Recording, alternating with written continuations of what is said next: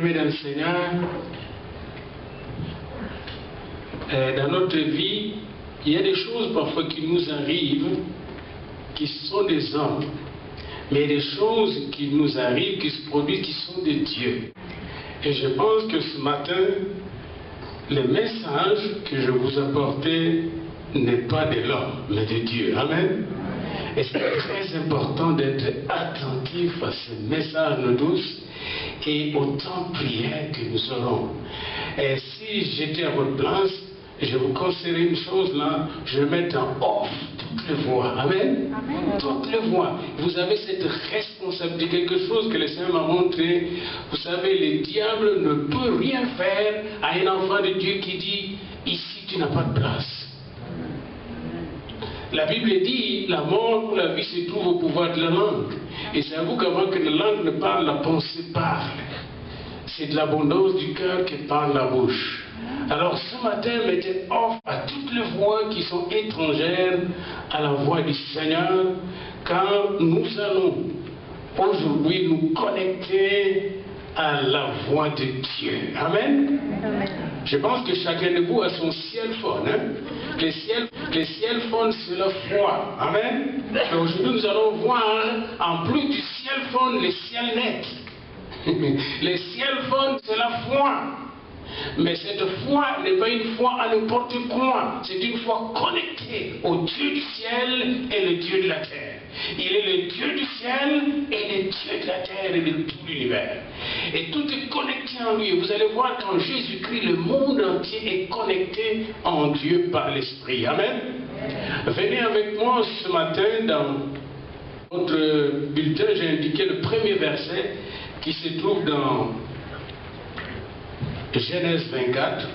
Les tout premiers versets que nous allons lire se trouvent dans Genèse 24. Nous allons rentrer de temps en temps dans Hébreu et dans d'autres versets, mais commençons par Genèse 24. Vous êtes là?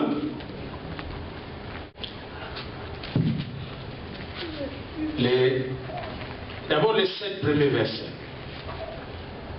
Moi, Genèse 24, je l'ai divisé en 4 parties. Alors la première partie qui a retenu mon attention se trouve entre le verset 1 et le verset 8. Abraham était vieux, avancé en âge.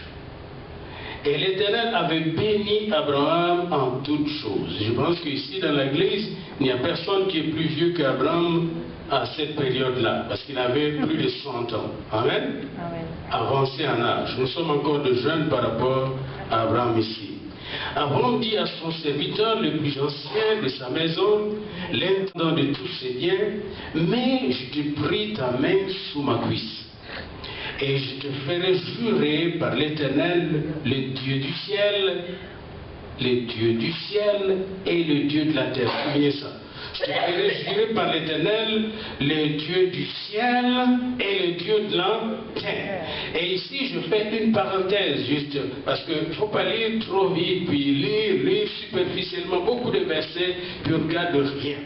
J'aimerais que vous puissiez garder quelque chose ici. En lui faisant faire ses serments, il est en train de faire ses serments, et il va lui dire de faire des choses selon ses serments. Mais ce serment est comme une connexion. Dans le domaine spirituel aujourd'hui, de plus en plus, les gens parlent de transfert d'onction.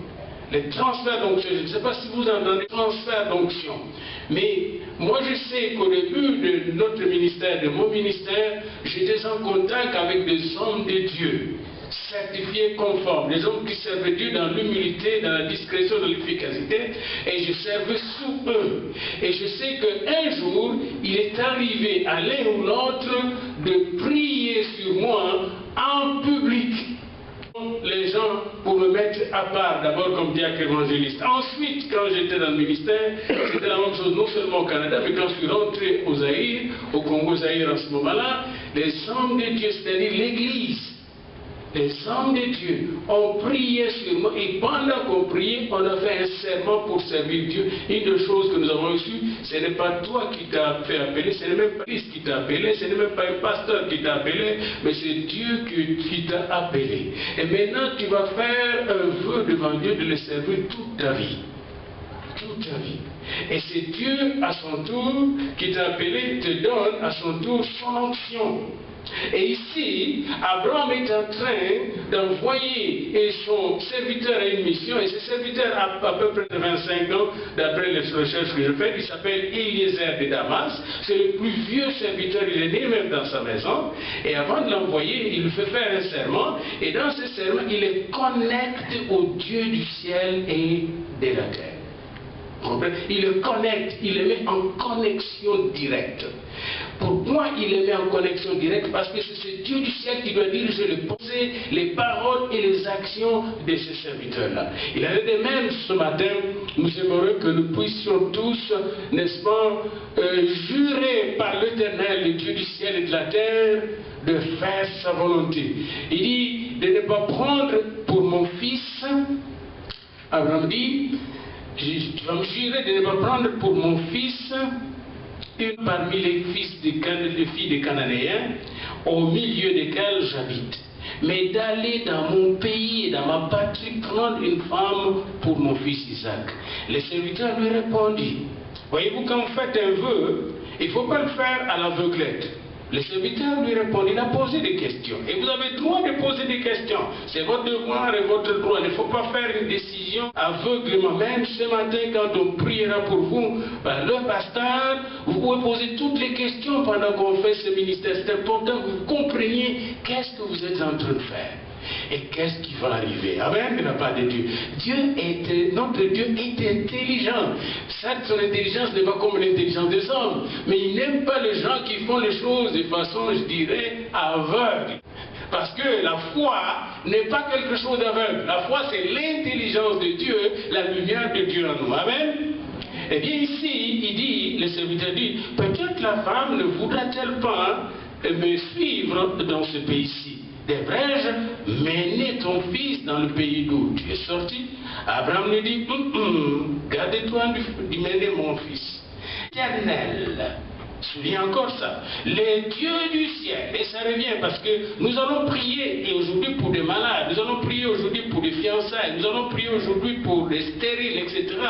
Mais ce n'est pas notre prière nous-mêmes, nous allons prier l'Éternel. Amen. Et c'est l'Éternel qui va prier d'ailleurs à nous. Amen. En fait, ce n'est pas toi qui pries quand tu pries l'Éternel.